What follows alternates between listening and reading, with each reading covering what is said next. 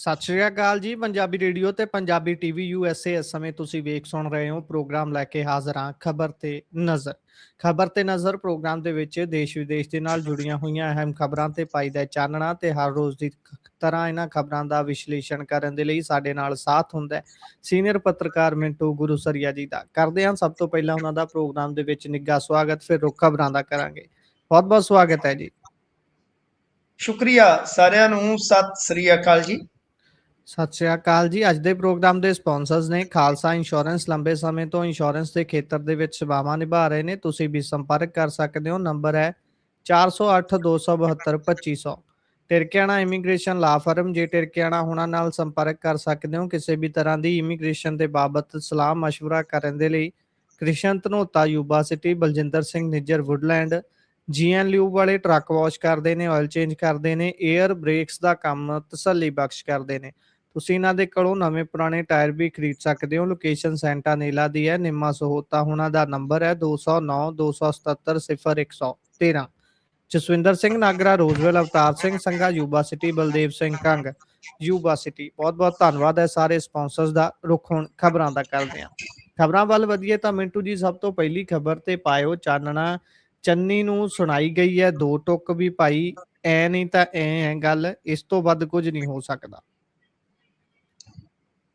ਗੁਰਪ੍ਰੀਤ, ਮੈਨੂੰ ਲੱਗਦਾ ਹੈ ਕਿ ਸ਼ਾयद ਜਿਹੜੇ ਲੋਕ, ਕਿਉਂਕਿ ਕਭੀ ਸਾਸ ਵੀ ਬਹੂ ਥੀ, ਉਹ ਸੀਰੀਅਲ ਜਾਂ ਜੱਸੀ ਜੈਸੀ ਕੋਈ ਨਹੀਂ ਹੈ, ਇਹੋ ਜਿਹੇ ਸੀਰੀਅਲ ਜਿਨ੍ਹਾਂ ਨੇ ਦੇਖੇ ਆ, ਮੇਰੇ ਖਿਆਲ ਦੇ ਨਾਲ ਇਹ ਕਾਂਗਰਸ ਦਾ ਵੀ ਕੋਈ ਸੀਰੀਅਲ ਹੀ ਚੱਲ ਰਿਹਾ।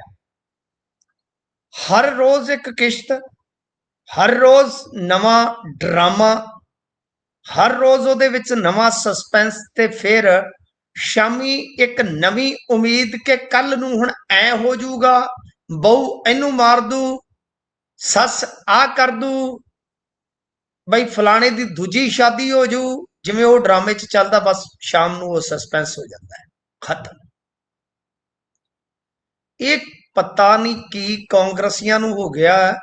ਮੈਨੂੰ ਤੇ ਲੱਗਦਾ ਹੈ ਬਈ ਇੱਕ ਚੀਜ਼ ਕਾਂਗਰਸ ਨੇ ਅੱਛੀ ਕਰ ਲਈ ਆ ਕਿ ਕਮ ਸੇ ਕਮ ਇਹਨਾਂ ਦੀ ਜਿਹੜੀ ਬੀਬੀਆਂ ਨੂੰ ਸਕੀਮ ਦਿੱਤੀ ਸੀ, ਟੂੰ ਟੂੰ ਟੂੰ, ਉਹਨੂੰ ਚੂੰ ਚੂੰ ਬਣਾਤਾ ਇਹਨਾਂ ਨੇ ਲੜ ਲੜ ਕੇ। ਕਿਉਂਕਿ ਕੰਮ ਗਣਾਉਣ ਵਾਸਤੇ ਕਾਂਗਰਸ ਕੋਲ ਘੱਟ ਆ, ਪਰ ਝਗੜੇ ਵਧਾਉਣ ਵਾਸਤੇ ਉਹਨਾਂ ਦੇ ਕੋਲ ਮੁੱਦੇ ਬਹੁਤ ਨੇ।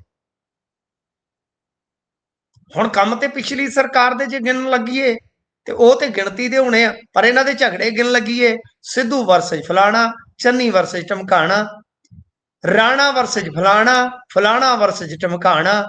ਹਾਏ ਓਏ ਰੱਬਾ, ਇਹ ਕੀ ਬਣਦਾ ਪਿਆ? ਸਮਝ ਤੋਂ ਬਾਹਰ ਹੈ। ਸਾਨੂੰ ਖੁਦ ਨੂੰ ਸਮਝ ਨਹੀਂ ਆਉਂਦੀ। ਅਸੀਂ ਇਹਨਾਂ ਦੀਆਂ ਖਬਰਾਂ ਨਾ ਕਰੀਏ ਤਦ ਵੀ, ਤੇ ਜੇ ਕਰਦੇ ਤਦ ਵੀ ਆਵਾਜ਼ ਆ ਰਹੀ ਹੈ। ਸਰ ਆਵਾਜ਼ ਆ ਰਹੀ ਹੋ ਗਈ ਹੈ ਵੀ ਕਮਾਲ ਦੀ ਗੱਲ ਹੈ ਯਾਰ, ਤੁਹਾਡੇ ਤੋਂ ਇਹ ਸੂਤ ਨਹੀਂ ਆਉਂਦੇ। ਮੈਂ ਤਾਂ ਕੀ ਕਿਹਾ, ਕੱਢ ਕੇ ਪਰੇ ਮਾਰੋ। ਜੇ ਤੁਹਾਡਾ ਕਹਿਣਾ ਨਹੀਂ ਮੰਨਦਾ, ਚੰਨੀ ਨੂੰ ਭੱਜ ਲੈਣ ਦਿਓ, ਘੋੜੇ ਭਜਾ ਲੈਣ ਦਿਓ, ਕਿਆ ਫਰਕ ਪਊਗਾ? ਕਿਆ ਫਰਕ ਪਊਗਾ? ਸ਼ਰਦ ਪਵਾਰ ਵਰਗੇ ਗਏ ਚਲੇ ਸੀ, ਮਮਤਾ ਬੈਨਰਜੀ ਵਰਗੇ ਗਏ ਨੇ, ਆਂਧਰਾ ਚੋਂ ਰੈਡੀ ਉਰੀ ਗਏ ਹੀ ਨੇ। ਜਾਣ ਦਿਓ ਜਿੱਥੇ ਜਾਂਦਾ ਕੋਈ, ਕੀ ਫਰਕ ਪੈ ਜਾਊਗਾ? ਕਿਉਂਕਿ ਜਦੋਂ ਤੁਸੀਂ ਸੋਚੀ ਆ ਵੀ ਸਰਕਾਰ ਅਸੀਂ ਨਹੀਂ ਬਣਾਉਣੀ, ਜੇ ਬਣਾਉਣੀ ਹੋਵੇ ਤੇ ਫਿਰ ਤੁਸੀਂ ਸਾਰੇ ਇਕਜੁੱਟ ਹੋ ਜਾਓ। ਗੱਲ ਇਹ ਕਿ ਜਾਂ ਤਾਂ ਗੱਲ ਉਹਨਾਂ ਦੀ ਮੰਨ ਲਓ, ਤੇ ਜਾਂ ਉਹਨਾਂ ਨੂੰ ਦੇ ਦਿਓ ਝਟਕਾ ਕਿ ਲਓ ਵੀ ਮਿੱਤਰੋ, ਜਾਓ ਜਿੱਧਰ ਜਾਣਾ। ਹੁਣ ਜਿੱਥੇ ਜਾ ਮਰਜ਼ੀ ਮੁਟਿਆਰੇ ਨਹੀਂ, ਸਾਡੇ ਵੱਲੋਂ ਛੁੱਟੀਆਂ ਨੇ। ਬਿੰਦ ਰਖੀਏ ਨੇ ਕਿਹਾ ਸੀ ਕਿ ਜਿੱਥੇ ਜਾਣਾ ਹੈ ਭਾਈ ਜਾਓ। ਫਿਰ ਕੀ ਕੀਤਾ ਜਾ ਸਕਦਾ ਹੈ? ਸਰ ਜ਼ਬਰਦਸਤੀ ਥੋੜੀ ਰੇਸ 'ਚ ਘੋੜੇ ਦੌੜਾਏ ਜਾਂਦੇ ਨੇ। ਘੋੜੇ ਤਾਂ ਉਹੀ ਜਿੱਤਦੇ ਆ ਨਾ ਜਿਹੜੇ ਜਿੱਤ ਵਾਸਤੇ ਦੌੜਦੇ ਨੇ।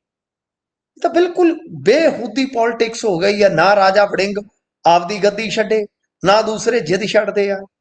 ਕੀ ਇਹਨਾਂ ਦਾ ਤਾਲਮੇਲ ਹੋਏਗਾ? ਕੀ ਇਹਨਾਂ ਦਾ ਮੈਨੀਫੈਸਟੋ ਬਣਾਉਣਗੇ? ਇਹ ਕੁਝ ਵੀ ਨਹੀਂ ਹੈ ਸਰ, ਕੱਖ ਵੀ ਨਹੀਂ ਹੈ। ਤਾਂ ਖੈਰ, ਮੈਂ ਆਪਦੀ ਡਿਊਟੀ ਡਨ ਕਰਦਾ, ਅਪਡੇਸ਼ਨ ਦੇ ਦੇਣਾ ਜੋ ਵੀ ਹੈ ਕਿ ਲਓ ਜੀ ਆਹ ਖਬਰਾਂ ਆ ਰਹੀਆਂ ਨੇ ਕਿ ਜਿਹੜੇ ਪੰਜਾਬ ਮਾਮਲਿਆਂ ਦੇ ਇੰਚਾਰਜ ਨੇ ਭੁਪੇਸ਼ ਬਘੇਲ, ਉਹਨਾਂ ਦੇ ਨਾਲ ਮੁਲਾਕਾਤ ਵਾਸਤੇ ਚੰਨੀ ਧੜਾ ਤਿਆਰ ਹੋ ਗਿਆ। ਸੁਣਾਓ, ਮੈਂ ਤੁਹਾਨੂੰ ਕੀ ਕਿਹਾ ਸੀ? ਕੀ ਕਿਹਾ ਸੀ ਕਿ ਇਹਨਾਂ ਨੇ ਇਸੇ ਤਨਖਾਹ ਤੇ ਭਾਂਡੇ ਮਾਂਜਣੇ, ਚਾਹੇ ਰਾਜਾ ਵੜਿੰਗ ਹੋਵੇ ਤੇ ਚਾਹੇ ਚੰਨੀ। ਕਿਤੇ ਨਹੀਂ ਚੱਲੇ। ਇਹਨਾਂ ਨੂੰ ਪਤਾ ਇਹਨਾਂ ਦਾ ਵਜੂਦ ਹੀ ਹੈ ਨਹੀਂ। कि पार्टी बना के चलणगे। खैरा साहब नालों ज्यादा किसी का कोई पर तोलन का मैनू नहीं लगता कि खुला अंबर होएगा। भज के देख लिया कांग्रेस तो, मुड़ के जाके बई हैलीपैड ते पार्टी ज्वाइन की सी, तुहानू शायद याद होवे, हैलीपैड ते जाके खैरा जदों अड होए सन आम आदमी पार्टी तो इस तरह लगता ही पंजाब दे विच नवां फ्रंट खुल गया जी। पर बाद दे विच हालात ऐसे होए कि खैरा खेड़ा छड़ाउण लग पिया कि निकलिए इथों।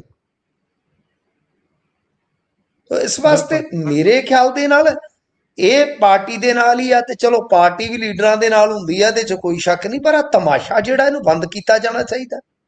ਕਿ ਖੈਰ ਹੁਣ ਗੱਲ ਕਰੀਏ ਕਿ ਜੀ ਪਹਿਲਾਂ ਇਹਨਾਂ ਨੇ ਕਿਹਾ ਸੀਗਾ ਕਿ ਅਸੀਂ ਤੇ ਗੱਲ ਨਹੀਂ ਕਰਨੀ ਬਘੇਲ ਦੇ ਨਾਲ, ਜੇ ਗੱਲ ਕਰਨੀ ਹੈ ਤੇ ਸਾਡੀਆਂ ਸ਼ਰਤਾਂ ਹੋਣਗੀਆਂ। ਉਹਨਾਂ ਕਿਹਾ ਕੋਈ ਸ਼ਰਤ ਨਹੀਂ ਹੈ ਤੁਹਾਡੀ, ਜੋ ਮੀਡੀਆ ਦੇ ਵਿੱਚ ਛਪ ਰਿਹਾ ਹੈ। ਮੈਂ ਆਪਦੇ ਕੋਲੋਂ ਨਹੀਂ ਕਹਿ ਰਿਹਾ, ਮੇਰੀ ਅੱਜ ਮੈਂ ਰੁਝੇਵਾਂ ਸੀ, ਮੇਰੀ ਕਿਸੇ ਨਾਲ ਗੱਲ ਨਹੀਂ ਹੋ ਸਕੀ ਅੱਜ ਕਿਸੇ ਵੀ ਖਬਰ ਦੇ ਮੁਤਲਕ, ਤਾਂ ਜੋ ਮੈਂ ਮੀਡੀਆ ਚੋਂ ਪੜ੍ਹਿਆ ਮੈਂ ਉਹੀ ਤੁਹਾਨੂੰ ਦੱਸ ਰਿਹਾ ਕਿ आखिरकार ये धड़ा बघेल दे नाल ही मीटिंग वास्ते तैयार हो गया, तो बघेल नूं कल मतलब कि न्योता दे दिता गया कि आओ जी बैठक करो। तो इस तो पहला बघेल ने कहा सीगा कि चन्नी ने मिलण दा समा ही नहीं मंगिया,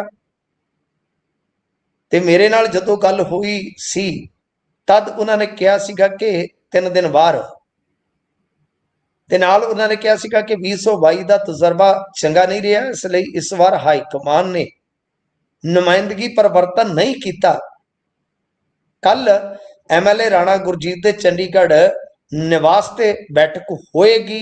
ਇਹਦੇ ਵਿੱਚ ਕੇਵਲ ਤੇ ਕੇਵਲ 3 ਨੇਤਾ ਸ਼ਨੀ, ਰੰਧਾਵਾ ਤੇ ਰਾਣਾ ਸ਼ਾਮਲ ਹੋਣਗੇ। ਤਾਂ ਖੈਰ ਇਹ ਜਿਹੜੀਆਂ ਸ਼ਰਤਾਂ ਸੀ ਦੱਸਦੇ ਆ ਕਿ ਰਾਜਾ ਵੜਿੰਗ ਨਾ ਹੋਵੇ ਜੀ, ਜਿਹੜੀ ਸਾਡੀ ਮੀਟਿੰਗ ਆ ਉਹ ਕਾਂਗਰਸ ਭਵਨ ਦੇ ਵਿੱਚ ਨਾ ਹੋਵੇ, ਤੇ ਉੱਤੋਂ ਦੱਸਦੇ ਫਿਰ ਗੱਲ ਜਿਹੜੀ ਆ ਨਾ ਉਹ ਆਈ ਆ ਕਿ ਰਾਹੁਲ ਗਾਂਧੀ ਤੇ ਆਪਣੀਆਂ ਸ਼ਰਤਾਂ ਨਹੀਂ ਜੇ ਤੁਸੀਂ ਥੋਪ ਸਕਦੇ ਜੀ। ਨਹੀਂ ਫਿਰ ਮੈਂ ਜਿਹੜੀ ਗੱਲ ਤੁਹਾਨੂੰ ਕਹੀ ਉਹੀ ਹੈ ਨਾ ਕਿ ਰਾਹੁਲ ਗਾਂਧੀ ਦਾ ਹੀ ਇਹ ਫੈਸਲਾ ਹੈ, ਤੇ ਗਾ ਰਾਹੁਲ ਗਾਂਧੀ ਦਾ ਹੀ ਫੈਸਲਾ ਹੋਣਾ ਹੈ। ਅੱਜ ਹੁਣ ਮੀਡੀਆ ਦੀਆਂ ਰਿਪੋਰਟਾਂ ਆਪਾਂ ਮੰਨੀਏ ਇਹੋ ਕਹਿ ਰਹੀਆਂ ਨੇ ਨਾ ਕਿ ਚੰਨੀ ਹੋਰਾਂ ਨੂੰ ਕਿਹਾ ਗਿਆ ਕਿ ਭਾਈ ਚੰਨ ਜੀ थोड़ा संभलो, तुसी शर्तां नहीं थोप सकते। हाँ तुसी गल रखो, आपकी गल तुहाडी हाईकमान सुनेगा, पर फैसला ते अंत राहुल गांधी ने करना। सो देखते हैं, लेट्स सी, शायद वीकेंड है, कल नूं शनिवार आ, शायद इस तमाशे दा दी एंड हो जाए शायद। पर कांग्रेस है इत्थे दी एंड तो बाद आम तौर ते फिल्म खत्म हो जाती है, इन्हां दे नाल एक छोटी जी लाइन आ जाती है दी एंड दे, टू बी कंटिन्यू जी। भी ਜਿਹਦੇ ਚ ਦੂਜਾ ਭਾਗ ਆਉਣਾ ਹੋਵੇ ਨਾ ਜੋਰਾ ਨੰਬਰੀਆ 2 ਉਹਦੇ ਜਾਂਦਾ ਟੂ ਬੀ ਕੰਟੀਨਿਊ। ਇਹਨਾਂ ਦਾ ਕੀ ਪਤਾ ਕੱਲ ਨੂੰ ਫੇਰ ਆ ਜਾਏ ਕਿ ਟੂ ਬੀ ਕੰਟੀਨਿਊ। ਬਿਲਕੁਲ। ਸੋ ਇਸ ਤੋਂ ਜੇਕਰ ਆਪਾਂ ਅੱਗੇ ਵਧੀਏ ਤਾਂ ਉਧਰ ਈਡੀ ਦਾ ਦਾਵਾ ਹੈ, ਕਹਿੰਦੇ ਵੀ ਫਰਜ਼ੀ ਕੰਪਨੀਆਂ ਮੰਤਰੀ ਨੇ ਬਣਾਈਆਂ ਸੀ। ਇਹ ਗੱਲ ਬਿਲਕੁਲ ਸੱਚੀ ਹੈ, ਤੇ ਮੰਤਰੀ ਕਿਹੜਾ ਉਹ ਸਾਰੇ ਜਾਣਦੇ ਨੇ, ਅਰੋੜਾ ਸਾਹਿਬ। हाँ जी, अरोड़ा ते झटका बहुता ना थोड़ा, बस लोड़ा ही वजा लोड़ा। हुण गल ये आ कि अदालत है गुरुग्राम दी चार्जशीट दाखिल कर दी आ ईडी। दावा किया कि फर्जी मोबाइल एक्सपोर्ट ते मनी लॉन्ड्रिंग मामले दे विच अरोड़ा साहब मास्टरमाइंड ने जी। ਤੇ ਈਡੀ ਦਾ ਦਾਵਾ ਇਹ ਆ ਕਿ ਇਸ ਮਾਮਲੇ ਦੇ ਵਿੱਚ 103 ਕਰੋੜ ਰੁਪਏ ਦੀ ਹੀਰਾਫੇਰੀ ਹੋਈ ਆ। ਪਰ ਤੁਹਾਨੂੰ ਪਤਾ ਹੀ ਆ ਅਰਵਿੰਦ ਕੇਜਰੀਵਾਲ ਤੇ ਇਹਨਾਂ ਨੂੰ ਮਹਾ ਇਨਕਲਾਬੀ ਦੱਸਦੇ ਨੇ, ਉਹ ਤੇ ਘੁਲਾਟੀਆ ਦੱਸਦੇ ਨੇ ਦੇਸ਼ ਦੀ ਲੜਾਈ ਲਈ। ਮੇਰੇ ਖਿਆਲ ਦੇ ਨਾਲ ਜੇ ਉਹਨਾਂ ਦੇ ਕੋਲ ਹੋਵੇ ਪਾਵਰ ਹੋਵੇ ਤੇ ਉਹ ਇਹੋ ਜਿਹੇ ਬੰਦਿਆਂ ਨੂੰ ਭਾਰਤ ਰਤਨ ਦੇ ਦੇਣ। ਕਿਤੇ ਭਾਰਤ ਰਤਨ ਨੇ ਜੀ, ਇਹਨਾਂ ਦੀ ਇਮਾਨਦਾਰੀ ਦਾ ਤੇ ਪੂਰੀ ਦੁਨੀਆ 'ਚ ਡੰਕਾ ਵੱਜਦਾ, ਜਿਵੇਂ ਵਿਸ਼ਵ ਗੁਰੂ ਦਾ ਡੰਕਾ ਵੱਜ ਰਿਹਾ, डंका की लंका लग रही है। तो मतलब कि अजीब है अरविंद केजरीवाल की पॉलिटिक्स, अजीब कि एक पासे ईडी कुछ कहती आ, वो अपने ਜਿਹੜੇ ਉਹਨਾਂ ਦੇ ਖਾਸ ਹੁੰਦੇ ਆ ਉਹਨਾਂ ਦੀ ਪਿੱਠ ਤੇ ਹੱਥ ਰੱਖ ਕੇ ਕਹਿੰਦੇ ਆ ਕਿ ਇਹ ਹੈ ਅਸਲ ਦੇ ਵਿੱਚ ਦੇਸ਼ ਪ੍ਰੇਮੀ ਦੇਸ਼ ਦੀ ਲੜਾਈ ਲੜਨ ਵਾਲਾ। ਚਲੋ ਖੈਰ, ਲੱਗ ਜਾਏਗਾ ਪਤਾ ਅੱਗੇ ਬਣਦਾ ਕੀ ਆ। ਕਿਉਂਕਿ ਜਿਨ੍ਹਾਂ ਨੇ ਕੰਮ ਕੀਤੇ ਹੁਣ ਉਹਨਾਂ ਨੇ ਕੰਮ ਸੱਚਿਓ ਕੀਤੇ ਆ ਜਾਂ ਇਲਜ਼ਾਮ ਲਿੱਤੇ ਆ, ਇਹ ਤੇ ਉਹ ਜਾਣਨ। ਪਰ ਇਧਰੋਂ ਜਿਨ੍ਹਾਂ ਨੂੰ ਇਹ ਫੜਦੇ ਆ ਉਹਨਾਂ ਚੋਂ ਇਹ ਸਜ਼ਾ ਨਹੀਂ ਕਰਵਾ ਪਾਉਂਦੇ, ਤੇ ਜਿਨ੍ਹਾਂ ਨੂੰ ਉਹ ਫੜਦੇ ਈਡੀ ਵਾਲੇ, CBI ਵਾਲੇ, ਸਜ਼ਾ ਉੱਥੇ ਵੀ ਕੋਈ 5-7% ਨੂੰ ਹੋ ਜਾਵੇ ਤੇ ਬਹੁਤ ਆ, ਨਹੀਂ ਤੇ ਬਹੁਤੇ ਉੱਥੋਂ ਵੀ ਨਿਕਲ ਜਾਂਦੇ ਆ। ਹਾਲ ਦੋਨਾਂ ਦਾ ਇੱਕੋ ਜਿਹਾ, ਹਾਲ ਦੋਵਾਂ ਦਾ ਇੱਕੋ ਜਿਹਾ ਹੀ ਆ, ਕੋਈ ਜੁਦਾ ਨਹੀਂ ਆ ਬਹੁਤਾ, ਸੇਮ ਹੈ, ਹਾਲ ਸੇਮ ਹੈ। ਤਾਂ ਖੈਰ ਜਿਹੜਾ ਮਾਮਲਾ ਹੈ ਇਹਨੂੰ ਹੁਣ ਸਰਲ ਤਰੀਕੇ ਨਾਲ ਸਮਝਣਾ ਹੋਵੇ ਨਾ, ਆਮ ਬੰਦੇ ਵਾਸਤੇ ਤੇ ਭੰਬਲ ਪੁਲਿਸ ਹੈ। ਕੀ ਆ ਚਾਰਜਸ਼ੀਟ ਦੇ ਵਿੱਚ? ਕੀ ਆ ਇਹਨਾਂ ਨੇ ਇੱਕ ਮਤਲਬ ਕਿ ਕਾਗਜ਼ ਪੱਤਰੀ ਰਿਕਾਰਡ ਤਿਆਰ ਕੀਤਾ ਜੀ ਕਿ ਅਸੀਂ ਦੁਬਈ ਨੂੰ ਐਕਸਪੋਰਟ ਕੀਤੇ ਆ phone, mobile phone, iPhone 150 crore ਤੋਂ ਜ਼ਿਆਦਾ। ਜੀ ਠੀਕ ਹੈ ਜੀ। ਤੇ ਈਡੀ ਦਾ ਦਾਵਾ ਕਿ 100 ਕਰੋੜ ਰੁਪਏ ਤੋਂ ਜ਼ਿਆਦਾ ਦੇ ਮੁੱਲ ਦੇ ਆਈਫੋਨ ਦੁਬਈ ਦੀ ਇੱਕ ਕੰਪਨੀ ਨੂੰ ਐਕਸਪੋਰਟ ਕੀਤੇ ਗਏ, ਜਦ ਕਿ ਇਹ ਕੰਪਨੀ ਸੰਜੀਵ ਅਰੋੜਾ ਦੀ ਰੀਅਲ ਅਸਟੇਟ ਫਰਮ ਦੀ ਇਨਵੈਸਟਰ ਦੱਸੀ ਗਈ ਹੈ। ਸਮਝੇ? ਕੀ ਸਮਝੇ? ਕਿ ਆਪਣੀ ਹੀ ਫਰਮ ਨੂੰ ਭੇਜ ਕੇ, ਕਾਗਜ਼ ਪੱਤਰੀ ਆਪਦੀ ਹੀ ਫਰਮ ਨੂੰ ਭੇਜ ਕੇ ਉਹ ਵਿੱਤੀ ਲਾਭ ਲੈ ਲੈ। ਯਾਨੀ ਇੱਕ ਫਰਜ਼ੀ ਐਕਸਪੋਰਟ ਨੈਟਵਰਕ ਬਣਾਇਆ ਗਿਆ। ਸ਼ੈਲ ਕੰਪਨੀਆਂ ਕਾਲਪਨਿਕ ਖਰੀਦਦਾਰ ਹੋ ਗਏ। ਮਤਲਬ ਕਿ ਸ਼ੈਲ ਕੰਪਨੀ ਦਾ ਮਤਲਬ ਕੀ ਹੁੰਦਾ? ਸ਼ੈਲ ਦਾ ਮਤਲਬ ਪਤਾ ਨਾ, ਛਿਲਕਾ ਉੱਤੇ ਹੁੰਦਾ ਜੀ। ਤਾਂ ਗੱਲ ਇਹ ਆ ਕਿ ਸ਼ੈਲ ਕੰਪਨੀਆਂ ਉਹ ਖੜੀਆਂ ਕੀਤੀਆਂ ਗਈਆਂ ਕਾਗਜ਼ਾਂ 'ਚ। ਫਿਰ ਆ ਜੀ ਫਲਾਣਾ, ਮਤਲਬ ਕਿ ਜਿਵੇਂ ਦੁਬਈ ਦੇ ਵਿੱਚ ਬੈਠਾ ਜੀ ਵਸਾਖਾ ਸਿੰਘ, ਵੈਸੇ ਮੈਂ ਕਾਲਪਨਿਕ ਨਾਮ ਲੈ, ਇਧਰੋਂ ਭੇਜ ਰਿਹਾ ਜੀ ਫਲਾਣਾ ਰਾਮ, ਜਦ ਕਿ ਭੇਜਣ ਵਾਲਾ ਤਾਂ ਗੇਮ ਖੇਡ ਰਿਹਾ, ਉੱਥੇ ਕੋਈ ਇਹੋ ਜਿਹਾ ਸ਼ਖਸ ਹੈ ਹੀ ਨਹੀਂ। ਤਾਂ ਇਹਦੇ ਵਿੱਚ ਕਾਲਪਨਿਕ ਖਰੀਦਦਾਰ ਤੇ ਫਿਰ ਸਰਕੂਲਰ ਫੰਡ ਟ੍ਰਾਂਸਫਰ ਦੇ ਜ਼ਰੀਏ ਰਿਕਾਰਡ ਤਿਆਰ ਹੋ ਗਿਆ। ਸ਼ੈਲ ਕੰਪਨੀਆਂ ਤੋਂ ਫਰਜ਼ੀ ਬਿੱਲ, ਜਿਵੇਂ ਮੈਂ ਤੁਹਾਨੂੰ ਦੱਸਿਆ ਕਿ ਸ਼ੈਲ ਕੰਪਨੀਆਂ ਦਾ ਮਤਲਬ ਹੁੰਦਾ ਨਕਲੀ ਕੰਪਨੀਆਂ, ਫਰਜ਼ੀ ਵਾੜਾ ਹੁੰਦਾ, ਕਾਗਜ਼ ਤੇ ਕੰਪਨੀਆਂ ਹੁੰਦੀਆਂ। ਤਾਂ ਗੱਲ ਇਹ ਆ ਕਿ ਜਿਹੜੀਆਂ ਇਹ ਸ਼ੈਲ ਜਾਂ ਆਰਥਿਕ ਰੂਪ ਤੋਂ ਅਸਮਰੱਥ ਕੰਪਨੀਆਂ ਸੀ, ਇਹਨਾਂ ਕੰਪਨੀਆਂ ਨੇ ਬਿਨਾਂ ਕਿਸੇ ਹਕੀਕੀ ਮਾਲ ਦੀ ਆਪੂਰਤੀ ਕੀਤਿਆਂ ਬਗੈਰ, ਸਪਲਾਈ ਕੀਤਿਆਂ ਬਗੈਰ ਫਰਜ਼ੀ ਇਨਵਾਇਸ ਜਾਰੀ ਕਰ ਦਿੱਤੇ। ਤੇ ਕਮਾਲ ਦੀ ਗੱਲ ਆ, ਇਹ ਸਾਰੀ ਗੇਮ ਦੇ ਵਿੱਚ ਜਿਹੜੇ ਈਮੇਲ ਲੱਗੇ, ਯਾਨੀ ਈਮੇਲ ਐਡਰੈਸ, ਮੋਬਾਈਲ ਨੰਬਰ, ਉਹ ਈਡੀ ਨੂੰ ਇੱਕੋ ਤਰ੍ਹਾਂ ਦੇ ਹੀ ਮਿਲੇ। ਮਤਲਬ ਕਿ ਇੱਕ ਨੰਬਰ ਹੈ, ਉਹ ਫਲਾਣੀ ਕੰਪਨੀ 'ਚ ਵੀ ਆ, ਉਹ ਫਲਾਣੀ 'ਚ ਵੀ ਆ, ਉਹ ਫਲਾਣੀ ਜਗ੍ਹਾ ਵੀ ਆ। ਤਾਂ ਗੱਲ ਇਹ ਆ ਕਿ ਇਸ ਤਰ੍ਹਾਂ ਕੰਪਨੀਆਂ ਦੇ ਵਿੱਚ ਜਿਹੜੇ ਈਮੇਲ ਐਡਰੈਸ ਸੀਗੇ ਜਾਂ ਮੋਬਾਈਲ ਨੰਬਰ ਸੀਗੇ, ਇਹ ਵੀ ਸਮਾਨਾਂਤਰੀ ਪਾਏ ਗਏ, ਇੱਕੋ ਜਿਹੇ ਪਾਏ ਗਏ।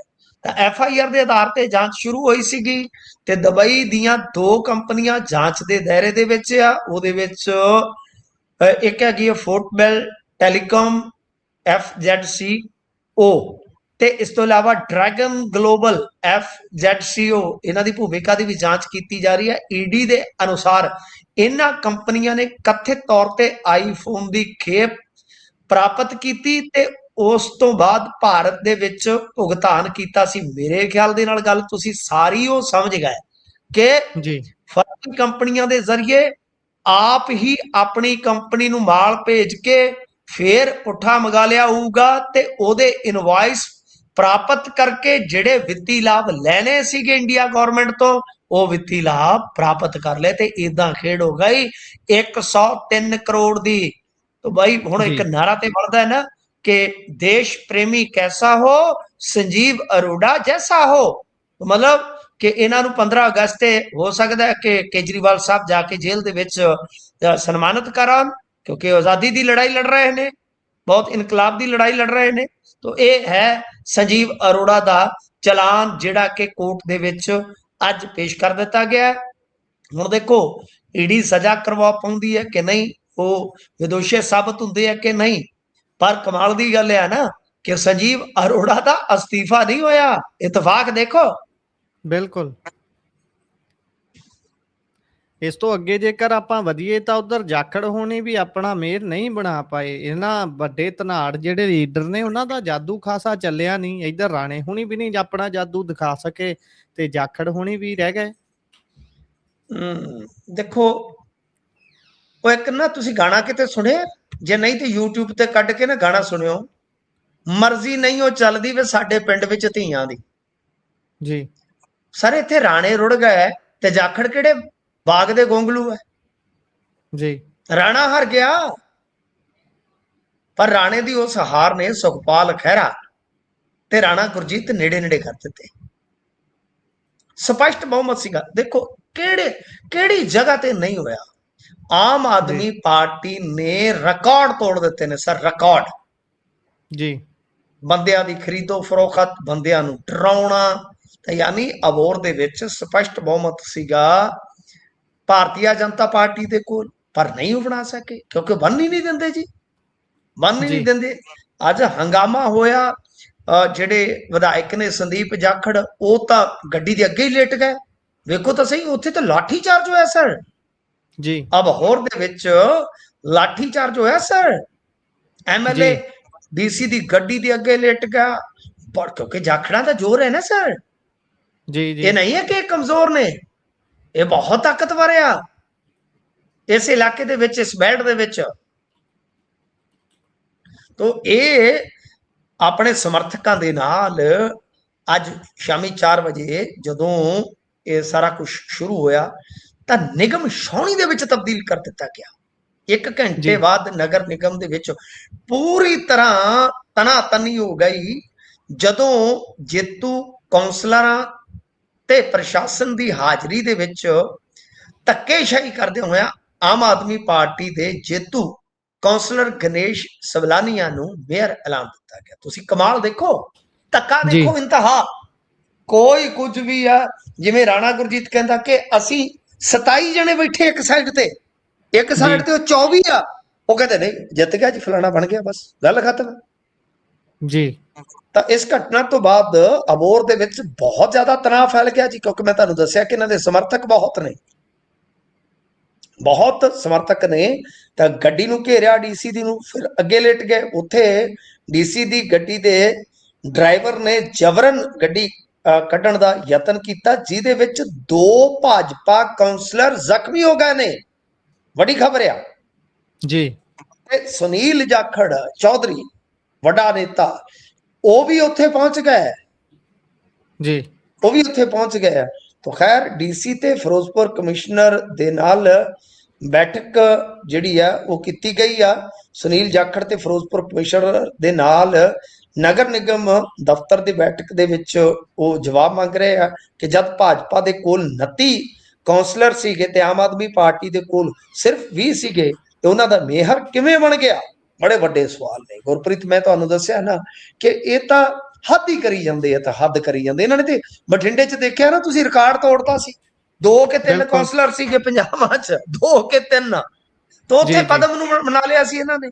ਤਾਂ ਮਤਲਬ ਕਿ ਉਹ ਜਿਹੜਾ ਇੱਕ ਨਾ ਆਪਾਂ ਕਹਿੰਦੇ ਹੁੰਦੇ ਆ ਕਿ ਕੋਈ ਕਸਰ ਰਹਿ ਗਈ ਸੀ ਤੇ ਤੂੰ ਕੱਢ ਲਾ, ਉਹ ਜਿਹੜੀ ਕਾਲੀਆਂ ਤੇ ਕਾਂਗਰਸੀਆਂ ਤੋਂ ਕਸਰ ਬਚ ਗਈ ਸੀ ਨਾ, ਵਹਿਾਂ ਦੇ ਹੁੰਦੇ ਨਾ ਕੋਈ ਕਸਰ ਹੋ ਗਈ ਜੀ। ਇਹ ਵੀ ਬੜਾ ਚੱਲਦਾ ਨਾ, ਸਿਆਣੇ ਕੋਲ ਲੈ ਜਾਓ ਕਸਰ ਹੋ ਗਈ। ਇਹ ਕਸਰ ਨਹੀਂ, ਇਹ ਦੂਜੀ ਹੋ ਗਈ। ਇਹਨਾਂ ਨੇ ਕਸਰ ਛੱਡੀ ਨਹੀਂ ਹੈ, ਇਹਨਾਂ ਨੇ ਫੁੱਲ ਕਸਰ ਕੱਢ ਦਿੱਤੀ ਹੈ। ਬਈ ਹੁਣ ਰਹਿ ਗਏ, ਚਲੋ ਚੰਦ ਮਹੀਨੇ ਰਹਿ ਗਏ ਆ। ਗੋਰੇ ਚੱਕ ਵਾਲੇ ਨੇ ਗਾਇਆ ਸੀ, ਹੁਣ ਤਾਂ ਹੋਰ ਸਤਾ ਲੈ ਜੇ ਕੋਈ ਕਸਰ ਹੈ ਬਾਕੀ। ਤਾਂ ਬਾਈ ਹੁਣ ਤਾਂ ਲਾ ਲਓ ਜੋਰ, ਕੋਈ ਹੋਰ ਕੋਈ ਰਹਿ ਗਈ ਹੈ ਕਾਂਸਲ, ਉਹ ਵੀ ਖਰੀਦ ਲਓ, ਉਹ ਵੀ ਡਰਾ ਧਮਕਾ ਕੇ, ਉਹ ਵੀ ਜਬਰੀਆ ਜੇਤੂ ਕਰ ਲਓ, ਤੁਸੀਂ ਸਿਕੰਦਰ ਬਣ ਜਾਓ। ਪਰ ਖਾਲੀ ਹੱਥ ਗਿਆ ਸਿਕੰਦਰ। ਉਹ ਯਾਦ ਰੱਖੋ, ਕਾਂਟੇ ਮੂਵੀ ਵੇਖਿਓ ਕਿਤੇ, ਸਭ ਕੁਝ ਕਰ ਲੈਂਦੇ ਆ, ਬੜੀ ਤਗੜੀ ਡਕੈਤੀ ਕਰਦੇ ਆ, ਬੜੀ ਡਕੈਤੀ ਤਗੜੀ ਕਰਦੇ ਆ, ਪਰ ਅਖੀਰ ਦੇ ਵਿੱਚ ਆਪੋ ਵਿੱਚ ਦੀ ਉਲਝ ਕੇ ਮਰ ਜਾਂਦੇ, ਲਾਲਚ ਆ ਜਾਂਦਾ। ਤਾਂ ਅਖੀਰ ਇਹਦਾ ਹਸ਼ਰ ਇਸ ਫਿਲਮ ਦਾ ਕਾਂਟੇ ਫਿਲਮ ਵਰਗਾ ਹੀ ਹੋਣਾ ਹੈ, ਤੁਸੀਂ ਦੇਖੀ ਜਾਇਓ। ਮਤਲਬ ਕਿ ਰਿਕਾਰਡ ਤੋੜ ਦਿੱਤੇ ਆ। ਪੁੱਤ ਘੋੜਿਆ ਤੇਰੇ 'ਚ ਬੜੇ ਹੌਸਲੇ ਆ, ਮੈਂ ਕਹਿੰਦਾ ਇਹਨਾਂ ਦੇ ਵਿੱਚ ਤੇ ਹੌਸਲਿਆਂ ਦੇ ਵੀ ਹੌਸਲੇ ਆ, ਛੱਡਦੇ ਹੀ ਕੁਛ ਨਹੀਂ। ਇਸ ਤੋਂ ਅੱਗੇ ਜੇਕਰ ਆਪਾਂ ਵਧੀਏ ਤਾਂ ਉਧਰ ਆਮ ਆਦਮੀ ਪਾਰਟੀ ਵਾਲਿਆਂ ਨੇ ਟੂ ਵਾਲੇ ਗੱਲ ਨੂੰ ਤਾਂ ਆਪਣਾ ਸਲੋਗਨ ਹੀ ਬਣਾ ਲਿਆ ਇਹ ਕੈਂਪੇਨ ਕਰਨ ਦੇ ਵੈਸੇ ਅਲੱਗ-ਅਲੱਗ ਤਰੀਕਿਆਂ ਨਾਲ ਜਾਂ ਕਹਿ ਲਈਏ ਕ੍ਰੀਏਟੀਵਿਟੀ ਦੇ ਮਾਮਲੇ 'ਚ ਤਾਂ ਬਹੁਤ ਤਗੜੇ ਨੇ। ਅਭਿਜੀਤ ਦਿਪਕੇ ਜਿਹੜਾ ਉਹ ਇਹਨਾਂ ਦੇ ਲਈ ਇਹ ਮੀਮ ਬਣਾਉਣ ਦਾ ਹੀ ਤਾਂ ਕੰਮ ਕਰਦਾ ਸੀਗਾ, ਕਾਕਰੋਚ ਜਨਤਾ ਪਾਰਟੀ ਵਾਲਾ। ਤੇ ਇਹ ਵੀ ਘੱਟ ਨਹੀਂ ਨੇ, ਇਹ ਸੋਸ਼ਲ ਮੀਡੀਆ ਨੂੰ ਪੂਰਾ ਵਰਤਦੇ ਨੇ। ਬੇਸ਼ੱਕ ਆਵਾਜ਼ਾਂ ਬੰਦ ਕਰਨ 'ਚ ਵੀ ਮਾਹਰ ਨੇ। ਹੁਣ ਟੂੰ ਟੂੰ ਨੂੰ ਇਹਨਾਂ ਨੇ ਆਪਣਾ ਸਲੋਗਨ ਬਣਾ ਲਿਆ ਜੀ। ਹਾਂਜੀ, ਟੂੰ ਟੂੰ ਦੀ ਆਵਾਜ਼ ਬਣ ਗਈ ਆ ਪੰਜਾਬ ਦਾ ਨਵਾਂ ਟ੍ਰੈਂਡ, ਕਹਿ ਲਓ ਨਵਾਂ ਟ੍ਰੈਂਡ। ਨੋਟੀਫਿਕੇਸ਼ਨ ਤੇ ਮਹਿਲਾਵਾਂ ਜਿਹੜੀਆਂ ਔਰਤਾਂ ਨੇ ਉਹ ਝੂਮ ਰਹੀਆਂ ਨੇ, ਨੱਚ ਰਹੀਆਂ ਨੇ, ਤਾਂ ਰੀਲਾਂ ਬਣ ਰਹੀਆਂ ਨੇ। ਮਤਲਬ ਕਿ ਬਹੁਤ ਬੜਾ ਜਲਵਾ ਜੁੰਬਿਸ਼ ਹੈ ਬਾਈ, ਬਹੁਤ। ਕਿਉਂਕਿ ਇਹ ਕਲਿਆਣਕਾਰੀ ਯੋਜਨਾ ਹੁੰਦੀ ਹੈ ਕੋਈ ਵੀ ਇਸ ਤਰ੍ਹਾਂ ਦੀ, ਜਦੋਂ ਆਪਾਂ ਕਹਿ ਲਈਏ, ਚਲੋ ਉਹਦੇ ਤੇ ਬਹੁਤ ਡਿਬੇਟ ਹੋ ਚੁੱਕਿਆ, ਪਰ ਇਹਨਾਂ ਨੇ ਇੱਕ ਬੜਾ ਵਿਚਿੱਤਰ ਜਿਹਾ ਡਿਜੀਟਲ ਟ੍ਰੈਂਡ ਹੀ ਬਣਾ ਲਿਆ ਜੀ। ਜੀ ਕਮਾਲ ਦੀ ਗੱਲ ਹੈ, ਕਮਾਲ ਦੀ ਗੱਲ ਹੈ। ਸੋ ਇਹਨਾਂ ਨੇ ਅੱਗੇ ਤੁਹਾਨੂੰ ਪਤਾ ਤੀਰ ਜਾਂ ਛੱਡਣਾ, ਤੇਰੇ ਯਾਰ ਨੂੰ ਦੱਬਣ ਨੂੰ ਫਿਰਦੇ ਸੀ ਪਰ ਦੱਬਦਾ ਕਿੱਥੇ ਆ, ਉਹ ਇਦਾਂ। ਤੇ ਮਤਲਬ ਕਿ ਹੋਰ ਹੀ ਕਿ ਸਮਝ ਨਹੀਂ ਆਉਂਦੀ ਮੁੱਖ ਮੰਤਰੀ ਨੂੰ ਕੀ ਹੋਇਆ। ਐ ਇੱਕ ਪਾਸੇ ਝੁਕ ਜੇ ਜਾਂਦੇ ਆ, ਅੱਖਾਂ ਜੀਆਂ ਬਾਹਰ ਨੂੰ ਕਰ ਲੈਂਦੇ ਆ, ਉਹ ਤੀਰ ਜਾਂ ਛੱਡਦੇ ਆ ਤਾਂ ਨੂੰ ਬਾਹਰ ਨੂੰ ਕਰਕੇ। ਮੈਨੂੰ ਤਾਂ ਡਰ ਹੈ ਕਿਤੇ ਮੋਢਾ ਨਾ ਲੈ ਜਾਵੇ, ਗਾਂ ਇਲੈਕਸ਼ਨ ਦਾ ਦਿਨ ਆ, ਇਲੈਕਸ਼ਨ ਦੇ ਦਿਨ ਆ ਰਹੇ ਨੇ। ਤਾਂ ਬਈ ਹੁਣ ਉਸੇ ਤਰ੍ਹਾਂ ਉਹ ਟੂ ਟੂ ਵਾਲੇ ਚੱਲ ਪਏ ਨੇ ਕੰਮ। ਚਲੋ ਠੀਕ ਆ, ਦਰੁਸਤ ਹੈ। ਪਰ ਇਹ ਜਿਹੜਾ ਤੁਸੀਂ ਕਹਿ ਰਹੇ ਹੋ ਨਾ ਕਿ ਅਸਲ ਦੇ ਵਿੱਚ ਦਿੱਲੀ ਵਾਲੇ ਇਦਾਂ ਦੀਆਂ ਚੀਜ਼ਾਂ ਨੂੰ ਡਿਜ਼ਾਈਨ ਕਰਦੇ ਨੇ, ਡਿਜ਼ਾਈਨਰ ਤੇ ਉਹ ਨੇ ਸਾਹਿਬ, ਇਹ ਤੇ ਗਾਂ ਐਕਟ ਕਰਨ ਵਾਲੇ ਆ। ਇਹਨਾਂ ਨੂੰ ਕੋਈ ਫੁਰਸਤ ਨਹੀਂ ਹੈਗੀ, ਮੈਂ ਤੁਹਾਨੂੰ ਦੱਸਾਂ। ਇਹ ਨਹੀਂ ਹੈਗੇ ਵੇਲੇ ਇੱਥੋਂ ਵਾਲੇ, ਪੰਜਾਬ ਵਾਲੇ, ਇਹ ਤਾਂ ਬਿਜ਼ੀ ਚੱਲਦੇ ਆ। ਕੰਮਕਾਰ ਵੱਡੇ ਹੋ ਗਏ, ਰੁਝੇਵੇਂ ਵੱਡੇ ਹੋ ਗਏ, ਉਤੋਂ ਫਿਰ ਇਲੈਕਸ਼ਨ ਲੜਨਾ, ਜੁਗਾੜ 36 ਕਰਨੇ ਆ। ਇਹਨਾਂ ਕੋਲ ਕਿੱਥੇ ਸਮਾਂ ਕਿ ਟੂ ਟੂ ਤੇ ਰੀਲਾਂ ਬਣਾ ਲੈਣ। ਇਹ ਤਾਂ ਸ਼ੇਰ ਸ਼ੂਰ ਮਾਰੀ ਜਾਂਦੇ ਨੇ, ਉਹ ਵੀ ਗਾਂ ਪੇਜਾਂ ਦੇ ਐਕਸੈਸ ਉਹਨਾਂ ਕੋਲ ਆ। ਇਹ ਤਾਂ ਬਿਲਕੁਲ ਹੀ ਬਿਜ਼ੀ ਨੇ। ਇਹ ਤਾਂ ਮੈਂ ਤੁਹਾਨੂੰ ਇੱਕ ਗੱਲ ਦੱਸਾਂ, ਇਹ ਦਿੱਲੀ ਵਾਲੇ ਆ ਸਾਹਿਬ ਜਿਹੜੇ ਇੱਥੇ 5 ਸਾਲ ਕੱਢ ਗਏ। ਜੇ ਇਹਨਾਂ ਹੱਥ ਡੋਰ ਹੁੰਦੀ ਨਾ, ਮੇਰੀ ਕਿਹਨੇ ਖਿੱਚ ਲਈ ਪਤੰਗ ਵਾਲੀ ਡੋਰ, ਤੇ ਜੇ ਡੋਰ ਤੋਂ ਬਗੈਰ ਪਤੰਗ ਹੁੰਦੀ ਤੇ ਹੁਣ ਤੱਕ ਪਤਾ ਨਹੀਂ ਕਿਹੜੇ ਝਾਫਿਆਂ 'ਚ ਫਸੀ ਹੋਣੀ ਸੀ। ਇਹ ਗੱਲ ਮੇਰੀ ਨੋਟ ਕਰ ਲਿਓ ਤੁਸੀਂ। ਇਹ ਦਿੱਲੀ ਵਾਲੇ ਹੀ ਆ, ਭਾਵੇਂ ਤੁਸੀਂ ਉਹਨਾਂ ਨੂੰ ਜੋ ਮਰਜ਼ੀ ਕਹੋ, ਉਹ ਖਿਚਾ ਕੇ ਕੰਮ ਇੱਥੋਂ ਤੱਕ ਲਿਆ। ਜੇ ਇਹਨਾਂ ਦੇ ਸਹਾਰੇ ਹੁੰਦੀ ਨਾ, ਇਹ ਗੱਡੀ ਦਾ ਐਕਸੀਡੈਂਟ ਅੱਡੇ ਤੋਂ ਪਹਿਲਾਂ ਹੀ ਹੋ ਜਾਣਾ ਸੀ। ਬਿਲਕੁਲ ਇਹ ਗੱਲ ਮੈਂ ਨਿਚੋੜ ਕੱਢਿਆ ਵਾ ਕਿ ਦਿੱਲੀ ਵਾਲੀ ਇਹਨਾਂ ਨੂੰ ਲੈ ਲੂ ਆਏ ਆ, ਕਿਸੇ ਨੂੰ ਵਰਚਾ ਲਿਆ, ਡਰਾ ਲਿਆ, ਕਿਸੇ ਨੂੰ ਇੱਧਰ ਕਰਤਾ। ਸੋ ਇਹ ਟੂ ਟੂ ਚੂ ਚੂ ਪੂ ਵਾਲੇ ਪੰਗੇ ਸਾਰੇ ਉਹ ਕਰਦੇ ਨੇ ਜੀ। ਇਸ ਤੋਂ ਅੱਗੇ ਵਧੀਏ ਤਾਂ ਉਧਰ ਕੁੰਵਰ ਵਿਜੇ ਪ੍ਰਤਾਪ ਤੇ ਦੋਸ਼ ਲੱਗੇ ਨੇ। ਇਹ ਕੀ ਨੇ ਜੀ, ਦੋਸ਼ ਕੌਣ ਲਾ ਰਿਹਾ?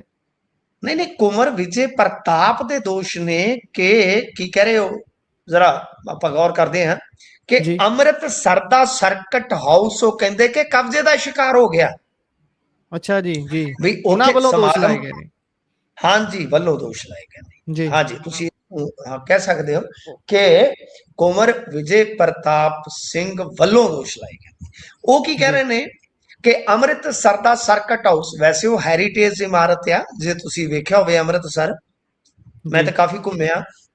ਤਾਂ ਅੰਮ੍ਰਿਤਸਰ ਸ਼ਹਿਰ ਵੈਸੇ ਹੀ ਘੁੰਮਣ ਵਾਲਾ, ਜੇ ਕਿਸੇ ਕੋਲ ਫੁਰਸਤ ਹੋਵੇ ਨਾ, ਤੇ ਜ਼ਰੂਰੀ ਨਹੀਂ ਆ ਚਲੋ ਦਰਬਾਰ ਸਾਹਿਬ ਤਾਂ ਆਪਾਂ ਜਾਂਦੇ ਆ, ਲਾਗੇ ਜਲਿਆਂਵਾਲਾ ਬਾਗ ਆ, ਆਪਾਂ ਜਾ ਆਉਨੇ ਆ, ਚਲੋ ਉੱਥੇ ਵੀ ਜਾ ਆਉਨੇ ਆ।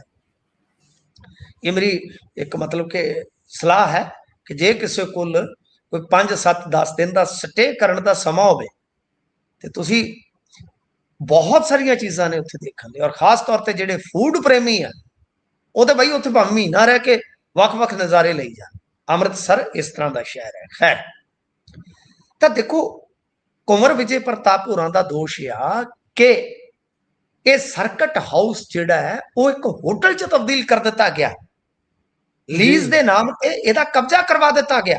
ਬੜੇ ਵੱਡੇ ਦੋਸ਼ ਨੇ, ਛੋਟੇ ਦੋਸ਼ ਨਹੀਂ ਹੈ।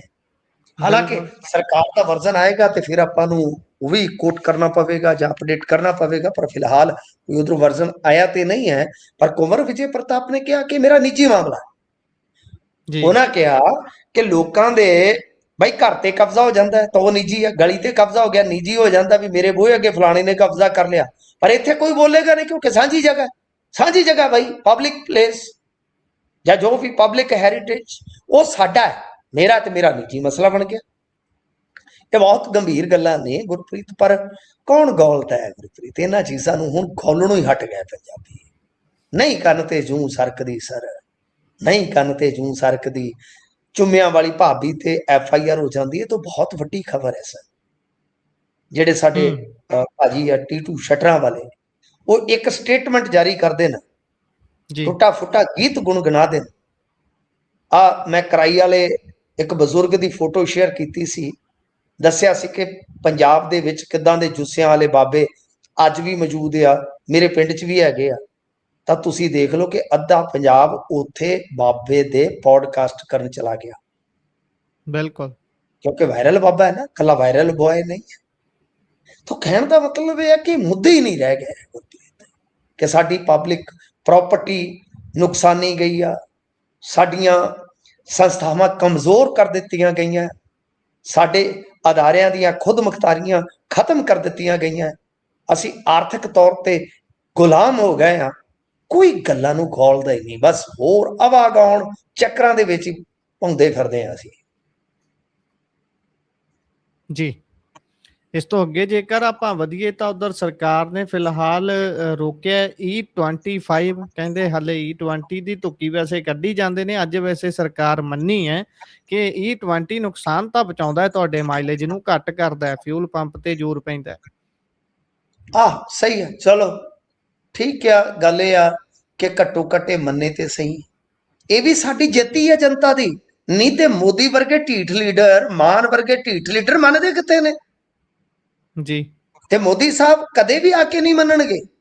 ਔਰ ਇਹਨਾਂ ਦਾ ਜਿਹੜਾ ਗੜਬੜੀ ਆ ਗੜਕਰੀ, ਨਾ ਹੀ ਉਹ ਮੰਨ ਰਿਹਾ।